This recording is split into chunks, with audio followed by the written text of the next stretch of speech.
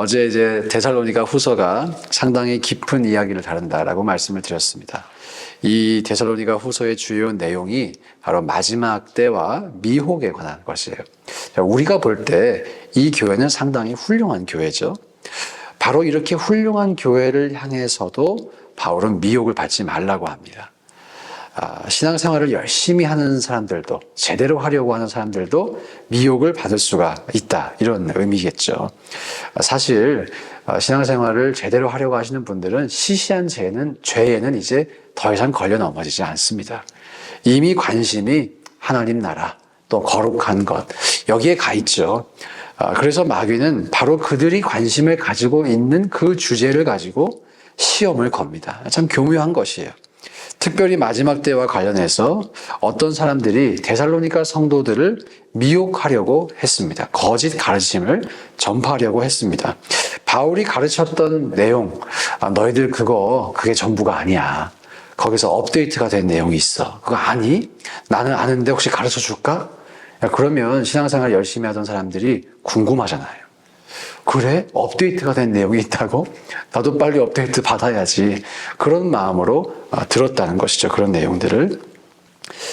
그런데 바울은 자신이 이미 가르쳤던 그 내용을 다시 한번 그들에게 컨펌해 줍니다. 원래 가르쳤던 그 메시지에 거하라 라고 가르쳐 줍니다. 그리고 오늘 본문은 바울이 전했던 그 메시지가 어떤 메시지였는지도 다시 한번 이들에게 리마인드 시켜주는 그런 메시지입니다. 마지막 때가 됐을 때 가장 먼저 배교가 있을 것이다. 그리고 두 번째로 스스로 하나님의 자리로 자기를 높이는 멸망의 사람, 멸망의 아들이 나타날 것이다. 바울이 강조하는 것이죠. 이 두 가지 일이 있을 것이다. 그런데 두려워할 필요가 전혀 없다. 그 멸망의 아들이 아무리 활개를 치면서 성도들을 위협한다고 해도 예수님께서 그 멸망의 아들을 반드시 멸망시킬 것이기 때문에 두려워할 필요가 없다. 그리고 그 멸망의 아들이 나타났다는 것은 이제 곧 예수님이 나타난다는 신호이다. 증거이다. 라고 가르쳐주고 있어요. 그래서 우리는 처음 들었던 복음, 내가 배운 복음을 기억하고 그것에 머물러야 합니다. 2절에 보면 이런 표현이 있죠. 영으로나 말로나 또는 우리에게 받았다 하는 편지로나. 표현을 한번 자세히 보세요. 영적으로 그들을 혼란시키려고 했어요. 영적으로. 내가 환상을 봤는데 말이야. 내가 하나님의 음성을 들었는데 말이야. 사실은 이렇게 배우는 것이 옳아. 이런 지식이 옳아. 이렇게 영적으로 혼란시키려고 했어요. 여러분, 가장 영적인 것은 성경적인 것입니다. 우리가 이것을 꼭 기억해야 됩니다. 영적인 사람은 환상을 자주 보는 사람이 아니라 성경대로 사는 사람이에요. 네, 물론 성경대로 살아도 환상을 볼 수는 있어요. 근데 그보다 더 중요한 것은 성경대로 살아가는 것입니다. 어떠한 신령한 경험도 성경을 왜곡하거나 변질시킬 수가 없습니다. 그런 것은 절대로 영적인 것이 아닙니다. 그래서 다시 한번 미혹을 받지 않는 최고의 방법은 우리가 성경을 붙잡고 내가 처음 배운 그 복음을 견실하게 붙잡는 것입니다. 내일 사실 큐티 본문인데요. 오늘 본문과 이어지고 사실은 한 세트에 있습니다. 15절 말씀을 우리가 함께 읽어보겠습니다. 시작. 그러므로 형제들아 굳건하게 서서 말로나 우리의 편지로 가르침을 받은 전통을 지키라. 예. 굳건하게 서서 우리가 너희와 함께 있을 때 전했던 그 말로 가르침을 받은 전통을 지키고 내가 처음 보냈던 데살로니가 전서 그리고 이 편지 이것으로 가르침을 받은 전통을 지켜라. 혹시라도 사도 바울이 이런 편지를 나에게만 보냈다고 나에게만 특별히 보냈는데 바울 선생이 그때 다 가르쳐주지 못한 내용이 있었다고 하시던데요. 그런 말 믿지 말라는 것이죠. 예. 그리고 오늘 본문이 우리에게 밝혀주는 미혹을 받는 사람들이 미혹을 받는 이유를 우리가 기억해야 됩니다. 참 흥미로운 내용이 나타나 있어요. 미혹을 왜 받을까요, 사람들이? 순진해서 받을까요? 순진해서? 이 미혹을 받는 첫 번째 이유가 이렇게 기록되어 있어요. 진리의 사랑을 받지 않았기 때문이다. 10절 말씀 함께 읽어보겠습니다. 시작. 불의의 모든 속임으로 멸망하는 자들에게 있으리니 이는 그들이 진리의 사랑을 받지 아니하여 구원함을 받지 못하며. 왜 미혹에 빠집니까? 진리의 사랑을 받지 않기 때문에. 그리고 두 번째 이유는 불의를 좋아하기 때문이래요. 불의를 좋아하기 때문이다. 12절 말씀 함께 또 읽어보겠습니다. 시작. 진리를 믿지 않고 불의를 좋아하는 모든 자들로 하여금 심판을 받게 하려 하시며. 그러니까 지금 사도 바울이 미혹을 받는 사람들에 대해서 이야기하는 것이 그 사람 참 안 됐어. 이런 표현보다는 그 사람들의 자기 스스로 무덤을 팠다. 자업자득이다. 이렇게 기록하고 있어요. 진리의 사랑을 받지 않기 때문이고 불의를 좋아하기 때문에 미혹을 받는 것이다 라는 것이죠. 사실 이것은 두 가지 다른 표현으로도 볼 수가 있지만 같은 의미로도 볼 수가 있습니다. 하나님의 사랑을 왜 안 받을까요? 왜 받아들이지 않을까요? 자기가 좋아하는 다른 것이 있기 때문이에요. 불의를 사랑하기 때문이에요. 그렇기 때문에 주님의 은혜 안에, 진리 안에 거하지 못하는 것이죠. 오늘 성경은 미혹을 받는 것이 미혹을 하는 사람의 책임도 분명히 있다고 말합니다. 그러나 동시에 미혹을 받는 사람의 책임이 있다고 말해요. 그 사람들에게 영적인 문제가 있다는 것이죠.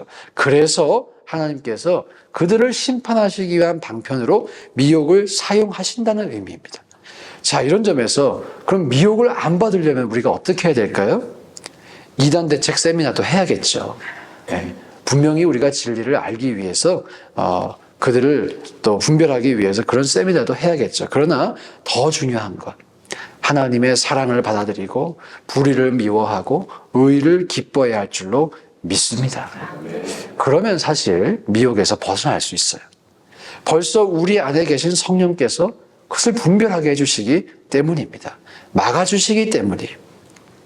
제가 신학을 이제 본격적으로 공부하기로 결심하고 대학생활 때 소명을 받았기 때문에 이제 신학을 공부해야겠다.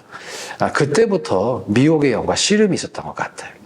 계속해서 성경을 읽으면 의심이 됐다. 그 말씀 드렸죠. 도대체 코란과 성경의 차이가 뭘까? 제가 학교 캠퍼스에서 전도하면서 별의별 종교 사람을 다 만났어요. 남미 호랭교, 구원파, 신천지 다 만났어요. 네. 그러면서 마음속에 씨름이 막 생기더라고요. 도대체 내가 믿고 있는 이 진리가 진짜 진리일까? 이런 의심도 한 번씩 하게 되더라고요. 그때 성령께서 분별력을 주셨던 것 같아요. 이슬람에 대해서 계속 공부할 때, 한참 공부를 할 때 이런 분별력을 주셨어요. 어떻게 자살폭탄 테러를 하는 사람이 천국에 간다고 가르칠 수 있니? 그게 정말 거룩한 것인가? 그게 정말 거룩한 것인가? 그게 정말 하나님의 성품을 나타내는 것인가? 그때 생각이 탁 하고 드는 거예요. 이게 아니구나. 이게 아니구나. 신천지들이 또 표교를 할 때 얼마나 많은 거짓말을 하는지 몰라요. 얼마나 많이 그 신천지의 활동을 통해서 가정이 파탄되고 또 안 좋은 열매가 나오는지 몰라요. 그걸 벌써 보면 분별력이 생기잖아요. 내가 여기 넘어가면 안 되겠구나. 그런 생각이 든다는 것이죠. 성령께서 우리의 마음을 지키시고 또 보존해 주시는 줄로 믿습니다. 그래서 사실은 미혹의 영을 우리가 경계하고 또 대비도 해야겠지만 정말 우리 안에 우리를 지키시기 원하시고 인도하시기 원하시는 성령님을 더 신뢰해야 할 줄로 믿습니다. 우리가 온전한 진리 안에 거해 있다면 그것을 그렇게 두려워할 일이 아니라는 것이죠. 그리고 특별히 영적인 것으로 미혹한다.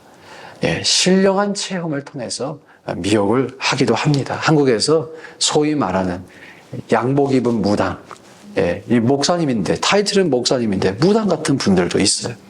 어디서 다 그렇게 됐냐면 신령한 집회에 가서서 그렇게 된 거예요. 영을 받아와서 삼각산 가서, 청계산 가서, 갈멜산이 있어요, 한국에. 그런데 가서 기도하다가 받은 거예요. 여러분, 우리가 영적인 체험도 다 신뢰할 수는 없습니다. 그러나 또 그렇다고 해서 영적인 체험을 너무 터부시해서도 안 돼요. 우리가 이것을 균형 있게 잘 이해해야 합니다. 성령께서 역사하시죠. 성령께서 우리 가운데 은혜를 베풀어 주시죠. 그럼 어떻게 하면 이것을 잘 분별할 수 있을까요? 아까 말씀드린 것처럼 성경 안에 거하기 힘쓰고 우리가 처음 배운 그 가르침 안에 거하기를 힘쓰는 것입니다. 그러면 성령께서 은혜를 베풀어 주실 때 이것이 정말 성령의 역사이구나 라는 것을 분별하고 받아들일 수가 있다는 것이죠. 저와 여러분이 그래서 분별도 분별대로 하고 또한 하나님께서 우리에게 주시기 원하시는 그 은혜에도 우리가 담을 쌓지 아니하고 그 은혜를 풍성히 누릴 수 있기를 주의 이름으로 축원드립니다. 저는 앞으로 우리 교회 가운데 공동체 가운데 하나님께서 이런 영적인 세계를 열어주실 것 같아요. 은혜를 베풀어 주실 것 같아요. 그런 영감이 있어요. 기대감도 있고요. 그럴 때일수록 우리가 깨어 있어야 합니다. 사실 고린도 교회를 보면 은사가 많이 나타났어요. 그런데 신령한 체험이 많았지만은 서로를 사랑하기보다는 그 신령한 것을 가지고 경쟁했어요. 너 방언 받았어? 나 받았는데. 이런 것은 사실 유치한 것입니다. 나 더 신령한 은사 받았다? 더 신령한 체험했다? 통역과 예언 같은 그런 은사를 받았다라고 했죠. 근데 분명히 성경은 증거합니다. 아무리 신령한 체험을 해도 그것은 나를 생각하기보다는 교회의 덕을 세우는 것이다. 이것을 기억해야 돼요. 질서가 없이 무분별하게 은사가 사용돼서는 안 될 것입니다. 왜 이런 일이 일어났을까요? 사실 하나님을 사랑하기보다는 자기를 더 내세우고 싶었기 때문에, 자기를 더 사랑했기 때문에. 자, 이런 원리들을 꼭 기억하기 원합니다. 그래서 우리가 하나님께서 은혜를 베풀어 주실 때 아주 건강하게 아름답게 질서 가운데 그러한 은사들이 사용될 수 있기를 또한 소망합니다. 그럴 때 우리의 신앙생활 가운데 주님께서 의도하시고 또 주기 원하시는 축복이 가득할 줄로 믿습니다. 함께 이 시간 기도하실 때